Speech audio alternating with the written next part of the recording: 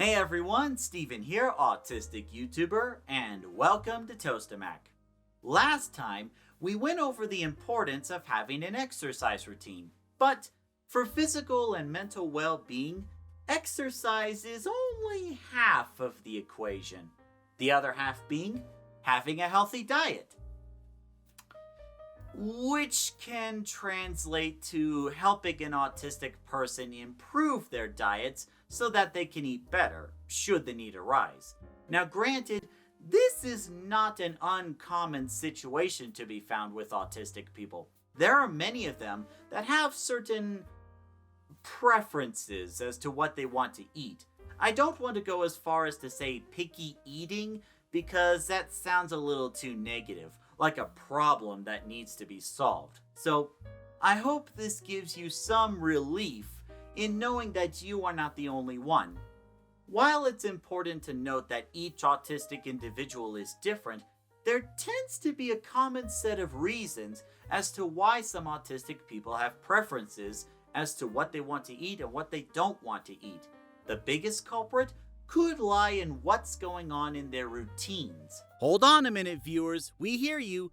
You're saying, but Steven, you mentioned in several videos of yours that routines can be helpful. And that is true. In most cases.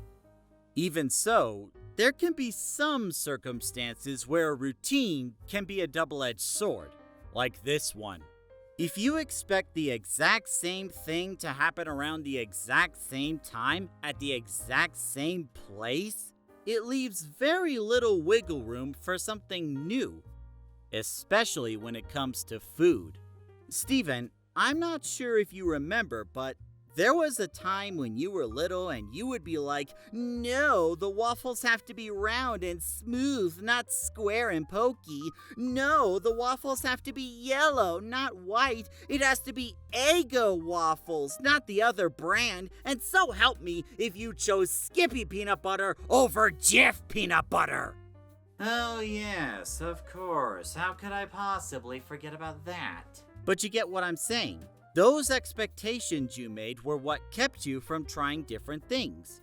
It wasn't until some time later, when you went to other places, that you discovered different isn't always bad. We'll get to more of that later. A second reason to consider has to do with sensory issues. We may cling to certain foods due to taste, but also due to textures, appearance, smell, and overall simplicity of the food in question. For example, there was a long time when Steven did not like hamburgers because there were too many ingredients in there that he did not get to try individually. As time went on, he grew to like burgers, with a couple exceptions. Steven did not, and still to this day will not, eat tomatoes or pickles in a burger. They felt too slimy to him and made him feel bad for putting something in his mouth that felt like slop. A third possible obstacle may have less to do with the food itself and more to do with table manners. Usually, during a family meal or a big get-together with food involved, the meals are made after hours of work, and everyone is expected to enjoy the food as well as sit at the table for quite a while. For an autistic person that loves to move around a lot, this could be about as easy as balancing a pencil on your finger, which is, suffice to say, not that easy. There is also the risk of potential dangers at the table, like sharp utensils or running from the table. A couple things to keep a close eye on. This obstacle in particular may sound daunting, but by taking one baby step after another, you can overcome this, along with the other two possible reasons mentioned before. There may be some of you watching this video right now that could be thinking, my diet is fine the way it is. It doesn't need to change. If it works for you, won't hurt my feelings. But for those that are looking for advice on how to improve the diet, let's go over some advice. You could look at a dozen articles online and look for all kinds of hints.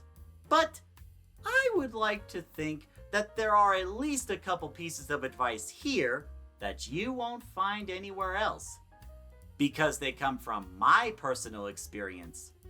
For the sake of keeping everything organized, we're going to split the advice into two categories, do's and don'ts. Beginning with the first don't force the autistic individual to try something new. You're going to be meeting a lot more resistance than it's worth. While my mom herself never tried this, there have been a few individuals in the past that tried to force me to eat something. And at those times, I actually chose not to eat at all. And I'm pretty sure this is obvious and probably not worth mentioning, but you don't want your autistic individual to go starving. So, if trying to force someone doesn't work, then maybe the opposite should. Having patience. I know, this is going to be hard, but here are a couple of ideas that my mom implemented over the years that ultimately worked. First, whenever she made a new food, her approach was, "Hey Steven, come look at this. This is insert food name with insert ingredients. Want to take a bite?" Another thing that Mom did was that she would make her own healthy meal and show it to Steven, and if he was curious enough, she would let him try it. Note that both of these methods gave Steven the opportunity to choose whether or not to try it, instead of having it forced on him. Being allowed to explore possibilities on his own proved to be far less stressful than if the choice were to be made for him. Thus, the experience was far more enjoyable for Steven. Soon it wasn't a matter of, "Oh, I'll just try this and get it over with," but rather, I'm actually curious as to how this will taste. Also remember that just because someone doesn't like a certain food now, that doesn't mean they won't like it later. As time goes on, our taste buds tend to change, so what we may dislike at one point in time might not be the same with the next. Back when I was a child, I would not eat raw fish. It had to be breaded, battered, and deep fried, or I wasn't eating it at all. However, around college time, my preferences started to change. Soon, I grew to love eating raw fish. Heck, I can hardly go through a week without having sushi at some point. It's healthy, delicious, and artistically beautiful to look at. How could you lose? You might be tempted to bribe the individual to try something new, such as, if you try this, then you can have that, or if you have one bite of this, we could go out for some ice cream or something of the sort. I would advise against that for two reasons. One, it's not always guaranteed to work. There are those that will see right through that plan and choose not to eat at all. Again, you don't want that. And two, even if it does work initially, it sets a bad expectation for the future. Like, if I try this, I'm always expected to get rewarded, or if I try something new, I'm always expected to get something that I want in exchange. In the long run, it's going to set you up for failure, or more resistance, so don't do it. Now, when you do find a new food that works, don't forget to add it to your list so you can refer to it later on. In more recent years, my mom has been experimenting with new kinds of meals and dishes for the family to enjoy, and some of them the family really loves, like corned beef and chicken enchiladas. And when something new works, Mom always makes it a point to add it to her list so we can rotate between the more healthier meals while still maintaining some sense of a routine.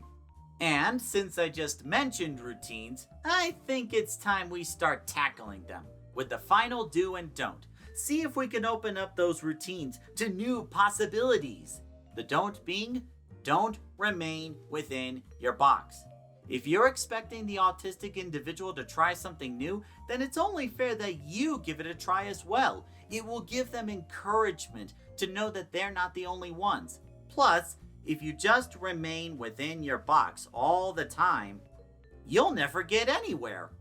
Instead, take some time throughout the week, maybe about 5 to 10 minutes, to practice table manners with the autistic individual, and make it a point for one day a week or one day every other week where you and the individual go out to have fun at an event. I'm talking festivals, I'm talking fairs, I'm talking cooking events, stuff that will get you outside of the box. I'll tell you right now that the biggest contribution to me wanting to try new foods on a regular basis was back when I was a freelance photographer. During that time, I was exposed to all kinds of atmospheres, like concerts, races, formal fundraisers, wine festivals, chef tournaments, you name it. Coinciding with these events were the various dishes that were brought to the table. Quite literally, as a matter of fact. Dishes from different cultures, dishes that use similar ingredients but in different ways, and dishes that would require more technical work. The more I was exposed to these kinds of environments, the more intrigued I became in different dishes and how the food was prepared and made. I would even watch MasterChef and MasterChef Junior on a regular basis to learn more about all kinds of dishes, as well as the terminology that chefs use to describe their preparations and also describe what works and doesn't work in a dish, which is great for me personally, so that way it's more than just ew, gross or tasty. I can actually go into details about what works and what doesn't work in a dish, and what I like and don't like in the food that's been served. Thankfully, you don't have to be a freelance photographer to experience any of this. Just look at your local listings online, mark your calendars, and have a good time. And there you go, a good starting point on how to help an autistic individual improve their diet. Again, should the need arise. I hope you enjoyed this video, I hope you find it helpful, but of course, if you have any more questions about this topic, or if you want to share some of your personal experience, tell us about it in the comments section below. Also, come back later tonight where we can talk more about this topic during the live stream. With that, it's time to end the video. Thank you very much for watching, everybody. Don't forget to like, subscribe, hit the bell icon, all that good stuff that makes Toast-O-Mac grow, and... Wait a minute. I just realized something. Next month is April. You know what that means. Time to try something new. Stay tuned.